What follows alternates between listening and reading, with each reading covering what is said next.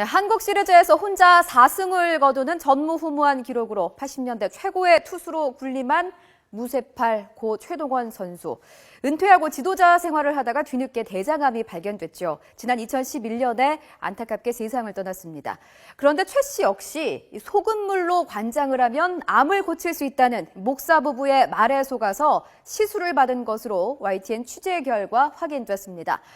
자, 지금 보시는 사진은요, 최동원 선수가 대장암으로 한창 투병하던 시절 정확하게 숨지기 9달 전 목사 부부의 캠프에 온 모습입니다. 얼굴이 좀 삐쩍 말랐고요. 몸에는 살이 많이 빠진 듯 입고 있는 점퍼도 많이 헐렁해 보입니다. 최 씨는 캠프에서 9박 10일 동안 소금물 관장을 했지만 결국 숨을 거뒀습니다. 그런데 YTN 단독 보도가 나간 이후 소금물 관장 피해자들의 추가 제보가 잇따르고 있습니다. 캠프에서 난소암 환자가 약을 먹지 않아서 숨졌다는 주장도 나왔고요. 열흘 사이에 10kg에 가까운 몸무게가 줄어서 기력을 회복하지 못해 세상을 떠났다고 주장하는 피해 가족도 있습니다. 오랜 투병 생활에도 달리 치료할 방법이 없어서 지푸라기라도 잡고 싶었던 환자들. 이들이 소금물 관장으로 사망한 건 아닌지, 혹시 소금물 관장이 죽음을 앞당긴 것은 아닌지 수사 과정에서 명확하게 밝혀져야 할 겁니다. 이 문제 지금 이슈대담에서 자세하게 짚어보겠습니다. 예, 지금 말씀을 여러분 다 들으셨지만 지금 제 옆에 놓여 있는 것들이 있습니다. 이것은 실제로 이 목사 부부가 사용했던 간장과 실제입니다. 그리고 저희가 상표를 그래서 일부러 가렸습니다. 실제 소금이고요. 그리고 거기에서 실제 팔았던 된장입니다. 그리고 물론 콩가루도 있습니다만 중요한 거는 제가 이거를 잠깐 설명을 해드릴게요. 이게 뭐냐면 올리브유를 섞은 그 기름을 먼저 윤활 때문에 항문에다 이걸 뿌린답니다. 이걸 뿌리고 그 다음에 이것을 이제 그 관장용이죠. 이걸 해가지고 물론 그때 여기에는 소금물을 이제 담는 거죠. 이 소금은 먹는 용도 되지만 여기에 이제 소금물을 만드는 용도 됩니다. 여기에 소금물을 만들어서 여기에 이제 호스를 낀 다음에요. 그 다음에 이걸 이제 항문에 삽입한 다음에 한 10회 미만으로 물을 집어넣는답니다. 그리고 20분을 참으라고 그랬다가 이제 20분 후에 그렇게 된다고 얘기를 하는데, 그리고 물론 9박 10일 동안 여기 있는 이 간장과 여기 있는 이 소금, 제가 앞서도 말씀드렸지만 이 두 제품은 실제 두 목사 부부가 사용했던 거기에서 사용되어지는 바로 그건데요. 이것만 먹인다는 거죠. 그리고 나중에 이제 퇴원이 됐을 때에는 이 된장과 거기서 만든 된장인데요. 이 된장과 그리고 이런 콩가루 그리고 미숫가루 이것을 약 100만 원에서 200만 원 사이로 판다는 겁니다. 그런데 이것이 여러분들 웃어 넘길 문제만은 아닌 것이요. 여기에서 치료를 받았던 분들의 대다수가 여기에서 이 9박 10일을 지내고 나서 좀 말씀드리기 뭐한데 피만 나오고요.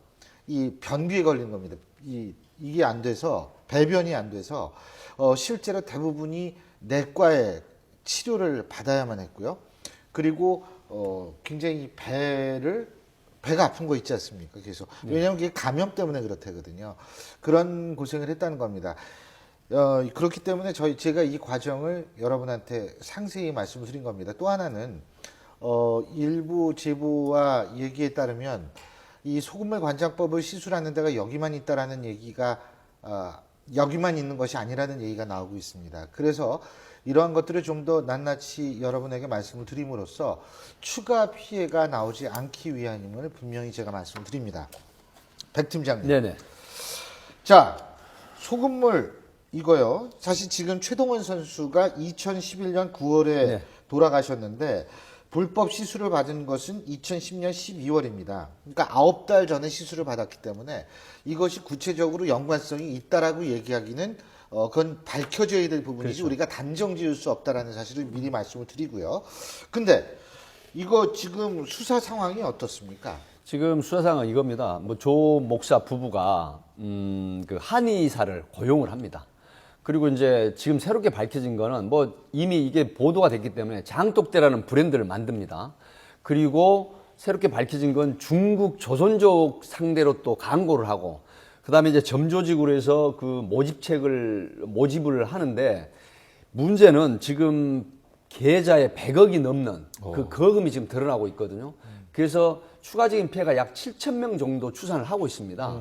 이 부분에 대한 수사를 송파경찰서 경제 3팀에서 계속해서 하고 있는데, 전국에서 방금 앵커께서 말씀하셨지만 전국에서 나도 지금 소금 간장으로 피해를 입었다라는 이런 제보가, 신고가 계속해서 들어오고 있다고 하거든요. 그래서 오늘 영장 청구를 했는데 아마 구속영장이 신청이 되면 내일이나 이렇게 지금 실질심사가 이루어질 걸로 예상을 하고, 구속은 불보듯 뻔할 것 같습니다만은, 전국에서 사실 이게 유사한 형태가 이루어지고 있다는 게 짐작이 가는 건, 종교를 내세워서 신도들이나 또 전도나 일부입니다. 일부 전체적인 종교 시설이나 이렇다는 건 아니고요.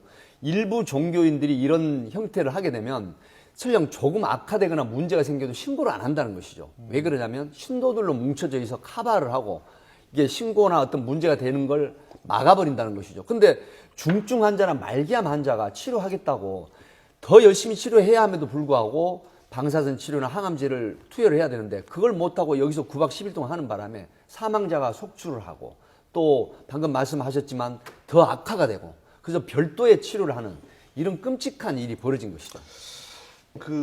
지금 이 목사 부부의 해명이 좀 황당한 측면이 있는 게, 최동원 선수도 치료를 받고 나아졌다는 거예요. 나아졌는데 그 뒤로 나빠져서 결과가 좋지 못했다라고 얘기를 하는 거거든요. 그러니까 나는 책임이 없다.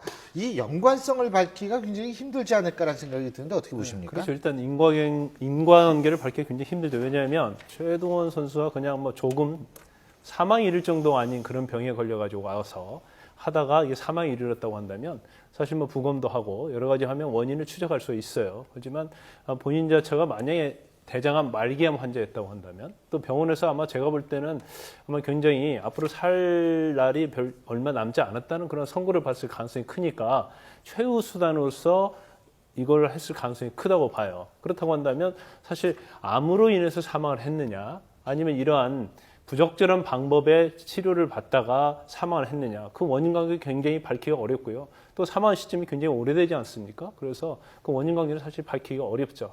실질적으로 이거 수사를 한다고 한다면 일단 의료법 위반과 관련된 무면의 의료 행위하고, 그다음에 사기와 관련된 부분, 이제 그런 것들이 전수조사를 하든지 피해자를 상대로 조사해서 그 부분에 처벌할 수밖에 없는 거죠. 지금 피해자 말씀하셨는데요.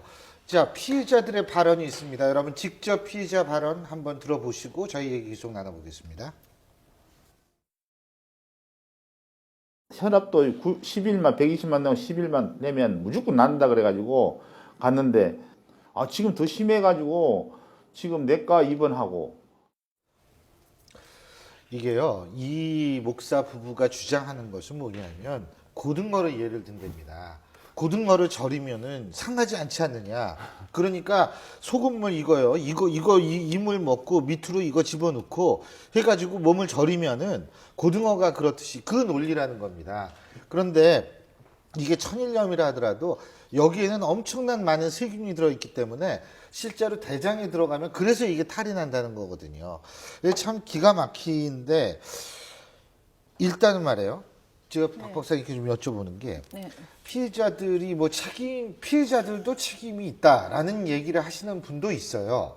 그런데 피해자들의 심리 상태 대부분 굉장히 중증 당뇨라든지 암 환자들, 이거 환자를 탓하기 좀 힘들지 않겠어요? 왜냐하면 여기 오신 대부분의 분들이 이제 정말 말기 암 환자, 이렇게 뭐 그렇기 때문에 정말 지푸라기라도 잡고 글쎄요. 싶은 예. 심정이고, 그렇게 지푸라기를 잡고 싶은, 내가 아프거나 정말 사랑하는 가족이 아팠을 때 지푸라기라도 잡는 그런 마음은 이성적이고 합리적인 판단을 못할 가능성이 또 있는 거죠. 그렇기 때문에 그런 심리를 악용한 사례라서. 근데 게다가 또 이 사람이 목사라는 어떤 신적 권위까지 이용을 했어요. 그러다 보면은 약간 이렇게 신앙이 있는 사람들은 뭐 하나님 날 살려주실 거야, 신이 날 살려주실 거야, 이런 어떤 권위를 그 목사 부부에게 또 투사를 하기 때문에 절박한 심리에 어떤 종교의 심리까지 합쳐진, 그래서 어떻게 보면 굉장히 보수의 사기 범이라고 저는 생각이 듭니다.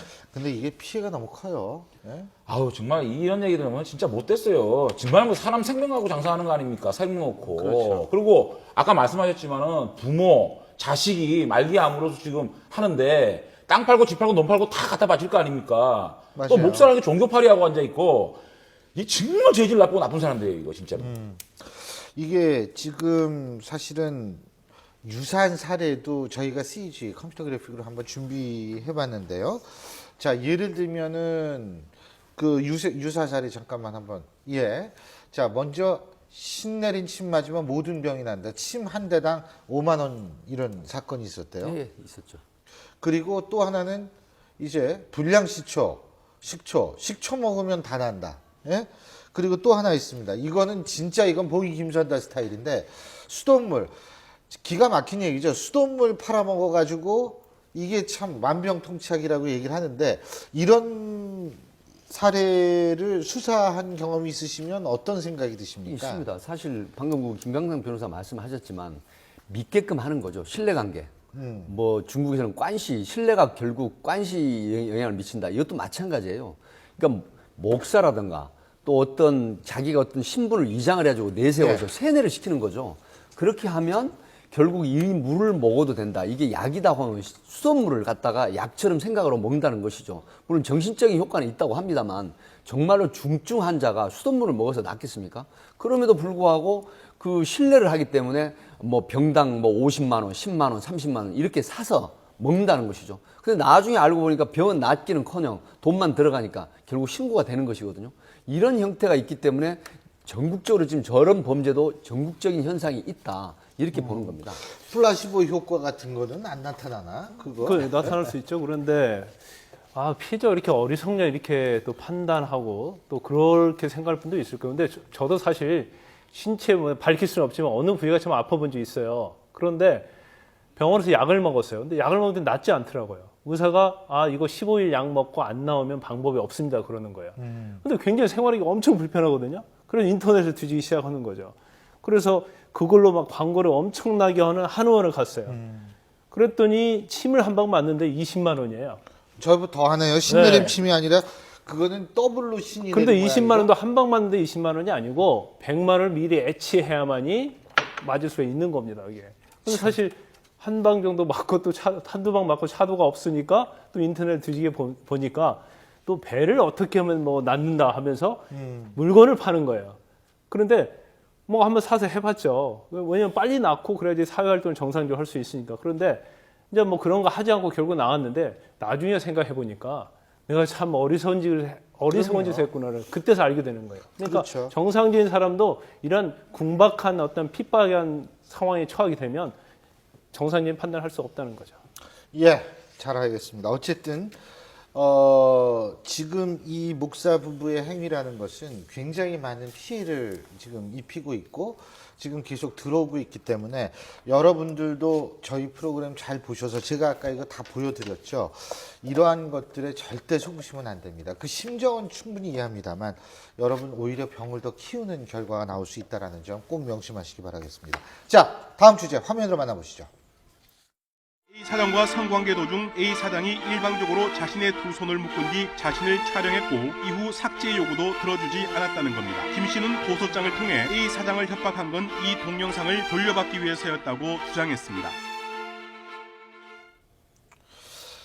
예, 저희가 지난주였었는지 잘 기억이 솔직히 안 납니다만 그 미인대 출신 여성이 대기업 사장과 성관계하는 동영상으로 협박을 해서 30억을 받아내려고 했다가 덜미를 잡혔다 이런 말씀을 드렸는데 오늘 이 사건이 새로운 국면을 맞은 게 나도 찍혔다 이제 그 여성 쪽이 나도 동영상을 찍혔다. 어떻게 보세요 우리 장 의원님은? 아유 참 이게 참 너무 지저분한 얘기라 가지고 이게 뭐 제가 그 분명히 그때 지난주에 제 나왔을 때 이게 했거든요. 예. 이 A 씨 예. 이 재벌 3세라고 예. 하는데 이 사람이 근본적으로 잘못된 거예요. 예. 이렇게 뭐 이 A 씨, B 씨 또 나오지 않습니까? 예. 그리고 뭐 또 뭐 사진을 찍었니 많이 이렇게 이런 짓을 한 자체가 잘못된 것이고 또 지금 이걸 가지고 또 맞고소를 하고 또 물타기 하는 이쪽도 만만치 않죠. 예, 만만치는 않은데 팀장님 이거 지금 오늘 그 강력부 중앙지검 강력부에서 오늘 구속 기소했다고 발표를 했거든요. 예. 발표했는데 저는 이제 이게 점립 가경 사실 우리 신희 교수님 하시는 시사탕태에 나와서 제가 이런 말을 했습니다. 이거 이대로 안 끝날 것이다. 예상했던 거거든요.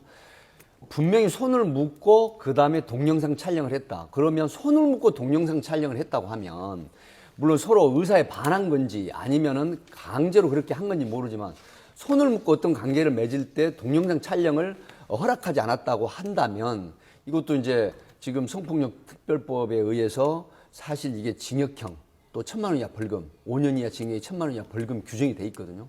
하게 되면 반격을 한다. 저는 이렇게 보기 때문에 검찰에서 이걸 어떻게 받아들일지 모르겠지만 최소한 그냥 넘어가기는 어렵다. 그래서 대기업체 그 사장이고 재벌 3세가 사실 6개월 동안 4천만 원에 막을 걸 더 큰 돈을 좀 막았으면 될 거라는 후회를 하고 있을 것 같기도 한데 전 이 사건이 아마 결국 그 대기업체 사장인 재벌 3세도 피의자로 입건될 소지는 있다. 이렇게 봅니다. 여성으로서 이거 진짜 막장 드라마 아닙니까? 그렇죠. 이거? 정말 네? 이제 막장 드라마죠. 아, 참, 정말. 근데 뭐 사실 그 둘이 똑같기 때문에 저는 둘이 그냥 죄가 명명백백하게 밝혀져서 이런 일 그냥 없었으면 좋겠다. 이런 사건을 안 들었으면 좋겠다라는 생각이 여성으로서 있고요. 사실 그 여성의 또 뭐 남성이 사실 말하자면 자기 여자친구와 어떤 관계가 있던 사람을 같이 협박해가지고 정말 막장 드라마도 이런 막장 드라마가 없는데 누구 하나 편들어줄 사람도 없는 사고 안 듣고 싶습니다. 예. 근데 이거 있잖아요. 제가 김 변호사 얘기했지만 이게 딜을 하려고 그러는 거 아니에요? 일종의 나도 너 고소한다. 이 딜을 하려고 그러는 거 아닙니까? 일종의 뭐 물타기라고 우리가 많이 하죠. 뭐 그렇게 할 가능성도 좀 크다고 보고요. 의외로 이렇게 동영상 촬영하는 게 굉장히 많습니다. 그런데 저도 뭐 사실 상담 많이 하고 어떻게 보면 그런 야한 동영상도 자주 보죠. 예, 자주 직업상. 보는데 예. 그런데 이제 동영상 촬영에서 제일 중요한 게 뭐냐면 어떤 성적 수치심 예. 그런 걸 느낄 동영상을 촬영하는데 상대방의 동의를 받았느냐 안 받았느냐 그게 굉장히 중요한 그게 포인트거든요. 근데 이 사건에 있어서는 그 여자인 김모 씨가 뭐 결박을 하고 동영상을 찍었다. 그래서 뭐 야한 동영상일지 누드를 찍었는지 모르겠습니다만은 그래서 사실 동영상을 보면 이게 과연 의사에 반해서 찍은 것인지 그렇지 않는 것을 바로 판별할 수 있는 거죠. 아니 잠깐만요. 손을 묶이면 거기에 자기가 반항을 하면 될 거 아닙니까? 그래서 이제 그런 경우도 있죠. 뭐 사실 정상적인 건 아니지만 사실 예를 들어 그러니까 재벌 3세가 예. 네. 뭐 손을 묶는데 동의를 했다든가 뭐 그리고 그걸 모르잖아요. 그렇죠. 사진 촬영하는데 동의를 했다거나 그렇게 한다고 한다면 이 고소 자체는 무고가 될 수 있는 거죠. 그래서 사실 동영상을 판독해 보면요. 이게 뭐 서로 합의에 의해서 한 것인지 아닌지 다 알 수가 있거든요. 금방 알 수가 있다. 그런데 이게 만약에 불리하다고 한다면 이게 동영상을 삭제를 해버리면 복원이 가능하거든요. 그런데 핸드폰을 없애버리고 바꿔버리면 복원이 가능하지 않아요. 그러면 실질적으로 동영상을 복원할 수 없다고 한다면 동영상이 어떤 방법이든지 없어졌다고 한다면 사실은 처벌할 수 없는 거죠. 아니 미인대 출신 저 사기단 여기가 말이 안 되는 게 논리적으로 보면 그렇잖아요. 그러니까 자기가 찍은 동영상하고 찍힌 동영상을 맞바꾸자 이렇게 했다는 거 아닙니까? 근데 4천만 원을 왜 받아요? 그렇죠. 4천만 원을 받았고 요구하고, 예. 30억을 또 요구한 거 아닙니까? 그런데 여기에 그 무슨 뭐 계정의 정의나 무슨 뭐 여기서 그 맞고소를 해가지고 논란이 될 문제가 아니잖아요. 사기는 사기잖아요, 이 사람들이. 협박 공갈이잖아요. 그러니까 그거는 그거고 또 그리고 또 이거는 하나, 이거다 이거죠. 아니까 또 예. 하나 그 사실 그 재벌 3세가 잘못되긴 잘못됐지만 찍었다고 쳐요. 뭐 이렇게 이상한 동영상 찍어 쳐요. 그거 가지고 그 여성한테 그 이 동영상 가지고 협박했습니까? 안 했잖아요. 그렇죠. 협박죄는 협박죄는 성립 안 되잖아요. 예. 그러니까 이쪽이 훨씬 더 협박범이고 사기 공갈죄를 한 거죠. 죄는 아마 이쪽이 더 심할 거예요. 어떻게 됐든. 예, 객관적으로 보면요. 예. 훨씬 심하죠. 훨씬 이 오모 심하죠. 씨하고 김모 씨, 예. 지방대 미인 출신, 그 미코 출신 심하죠. 하지만 이쪽에서 반격을 하는 부분은 미스크는 아닙니다. 다른 지방대 출신입니다. 그 가학행위, 뭐 세디즘이라고 하죠. 예. 이런 형태의 관계를 했는데 동영상 촬영하는 거는 내가 응하지 않았다고 하면 그 지금 대기업체 재벌 3세도 입건된다. 이 측면을 간과하면 안 되겠습니다. 그래서 실질적으로 뭐 영상 판독하면요, 네. 다 나옵니다. 그런데 아마 이 재벌 3세가 이게 정말 죄가 될 것 같으면 벌써 없었을 겁니다. 그래서 이게 사실 수사를 하더라도 밝기 어렵고, 그리고 만약 판독을 했는데 이게 정말 아무런 문제가 없다고 생각을 한다고 한다면 아마 영상물을 수사기관에 제출하겠죠. 근데 참 그 세상이요. 네. 이 두 사람이 이렇게 티격태격할 만한 관계가 좋았으니까 그렇게 뭐 이 성관계를 갖고 그랬을 거 아닙니까? 그렇지 않습니까? 글쎄요, 관계가 좋아서 성관계를 관계라기보다 가졌다기 목적이 확실했던 거죠. 목적이 있었다. 네, 어. 남자는 돈을 갖고 있었고 여자는 아름다운 외모를 가지고 있었죠. 그러니까 사실은 뭐 좋은 관계와는 완전히 반대말로 좋은 목적적 관계다. 목적적 관계가 있었죠. 아하. 네. 예. 그래서 아마 이게 이렇게 된 모양입니다. 자, 다음 주제 화면으로 만나보시죠. 수원 광교산에서 묻지마 폭행 사건이 일어났습니다. 한 명이 숨지고 한 명이 다쳤습니다. 47살 신모 씨가 붙잡혀서 지금 조사를 받고 있습니다. 정신분열 증세로 지난 10월에 정신과 치료를 받았던 것으로 확인됐습니다. 예, 묻지마 범죄가 또 발생을 했습니다. 백 팀장님, 예. 이거 사건이 이게 어떤 거예요? 네, 광교산에서 오늘 아침, 일어났죠? 광교산. 예, 용인에 있는 광교산, 그 예. 수원 경기도민들이 굉장히 이용하는 그 유명한 산이죠. 등산객. 예. 그리고 그렇게 높지도 않은 산이면서 등산객들이 많이 모이는데 오늘 아침 9시 반에 60대 남성이 등산을 하려고 올라가는데 갑자기 48세 된 신모 씨로 밝혀졌죠. 이 사람이 다가와서 흉기로 얼굴을 흉기로 때렸고요. 예, 흉기로 상해를 합니다. 그래서 붙잡고 인질극을 벌이는데 지나가는 등산객들이 이제 몰려가고 신고를 합니다. 그러니까 바로 그 피해자를 놔두고 도망을 가면서 또 지금 리포트에 나왔지만 또 다른 그 80세 노인을 아유. 붙잡고 그다음에 묻지마 범행을 합니다. 바로 둔기로 갔다가 여러 차례 가격을 해서 이분이 거의 거기서 실신해서 쓰러지고 그리고 도주를 했는데 경찰하고 소방하고 달려가서 보니까 굉장히 중상을 입었는데 병원에 옮겼으나 사망을 해버렸습니다. 그래서 결국 체포를 했는데 경찰에 와서 행설 수술하고 있고 범행 동기에 대해서 물으니까 엉뚱한 소리를 하면서 그래서 알고 보니까 추적을 해서 보니까 정신병력 질환자 치료를 받은 적이 있고 그래서 가족들 얘기도 그 확인이 된 건데 문제는 묻지마 범행이 정신질환 범행이고 묻지마 범행하고 같지만 사실은 일종의 정신착란형의 범죄였다. 굉장히 안타까운 또 범죄가 하나 또 생긴 겁니다. 정신분열이면 이런 범죄를 모든 정신분열 환자가 아유, 이런 그런 거 아니잖아요. 당연히 아니죠. 그럼 너무 이제 뭐 너무 얌전하게 자기 스스로 감당하시는 조현병 환자들도 굉장히 많고요. 근데 사실 지금 대한민국 굉장히 위험한 게 뭐 화가 나 있는 대한민국, 뭐 불신 사회 이런 말을 쓰지만 정신병력이 있는 분들에 의한 묻지마 범죄도 느끼고 있고 사실은 더 심각한 거는 분노 조절 장애자들이 너무 많다는 겁니다. 본인의 분노를 조절을 못해서 끌어나오는데 이 끌어나오는 게 혼자 끌어나오면 되는데 불특정 다수한테 자기의 분노, 화를 다 이렇게 퍼붓고는데 이렇게 살인으로까지 연결된다는 점에서 굉장히 불안하죠. 여성으로서는 또 아이를 키우는 엄마 입장으로는 언제 무슨 일이 일어날지 모르니까 항상 불안하죠. 그렇죠. 근데 이게 정신병력이 있다, 정신병 환자, 제정신이 아니었다. 그러면은 이 사람 집어넣지 못하는 거 아니에요? 그렇지 않고요. 일단 사건의 이게 케이스마다 다릅니다. 그래서 예. 정신분열의 상태가 어느 정도냐, 예. 심신미약이냐, 심신상실의 정도냐. 예. 심신상실이라는 것은 완전 자기 정신이 없는 거죠. 그런데 이 정도 정신이라고 하면 심신상실로는 볼 수 없어요. 어떻게 보면 심신미약으로 볼 수 있는데 예. 심신미약의 경우에는 사실 선고를 할 때 감경을 하도록 돼 있거든요. 예. 그런데 일반적으로 이런 정신분열증이 있는 사건의 경우에 있어서는 정신 유치 감정을 합니다. 그래서 이게 정말 치료가 필요하는지, 그래서 예. 필요가 사회에 나가서 필요하는지, 아니면 사회에 나가면 또 해악을 끼칠 수 있는지를 예. 감정을 해서 만약에 사회에 나가면 또 이런 범죄를 저질 가능성이 크다고 이 신 씨 같은 경우는 또 내보내면 또 그럴 가능성이 크거든요. 그러면 공주치료감호소에서 이게 판단을 한 다음에 알겠습니다. 내보내면 안 됐다 했고 치료감으로 시키죠. 병원에 강제로 가둬서. 예. 간단하게 예, 그 뭐 오늘 흉유왕 사건 많이 다뤘는데 네. 우리 멀리서 찾지 말고 우리 크림빵 사건, 그 사랑하는 아이를 위해서 크림빵을 열심히 사는 남편, 또 천국 같은 아들이 죽었는데도 그 범인에게 용서의 예. 손을 내미는 또 아버지, 또 그 분노를 또 사회의 고마움으로 표현하는 아내, 이런 것들이 우리 사회가 나아가게 될 방향이 아닌가. 그렇죠. 이런 그래서 생각이 지탱이 되는 거죠. 예, 오늘 내부 말씀 여기까지 듣겠습니다. 고맙습니다.